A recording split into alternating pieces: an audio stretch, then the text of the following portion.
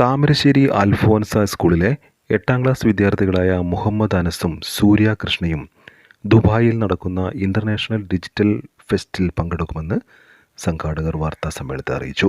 Cyber Square നടത്തിയ global Indian digital ഫെസ്റ്റിൽ website designing 1ാം സമ്മാനം ലഭിച്ച് ഇപ്പോൾ UAE സംഘടിപ്പിക്കുന്ന മത്സരത്തിൽ മത്സരിക്കാൻ പോകുന്ന മുഹമ്മദ് അനസ് ഉണ്ട് നമ്മുടെ കൂടെ.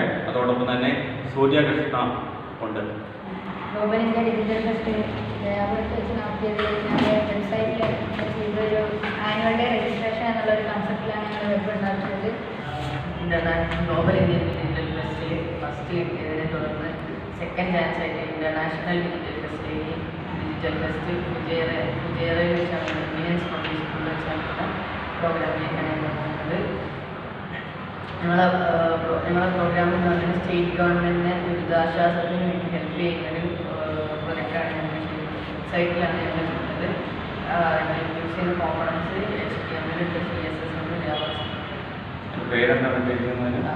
സ്കഫോൾഡിംഗ് എന്നാണ് ഞങ്ങൾ പേരിട്ടത്. ഫെബ്രുവരി 10 UAEയിലെ ഫുജൈറ എമിനൻസ് സ്കൂളിൽ വെച്ചാണ് ഡിജിറ്റൽ ഫെസ്റ്റ് നടക്കുന്നത്. UKയിലെ ലണ്ടൻ ആസ്ഥാനമായി പ്രവർത്തിക്കുന്ന സൈബർ സ്ക്വയർ കമ്പനിയാണ് ഇന്റർനാഷണൽ ഡിജിറ്റൽ ഫെസ്റ്റ് സംഘടിപ്പിക്കുന്നത്.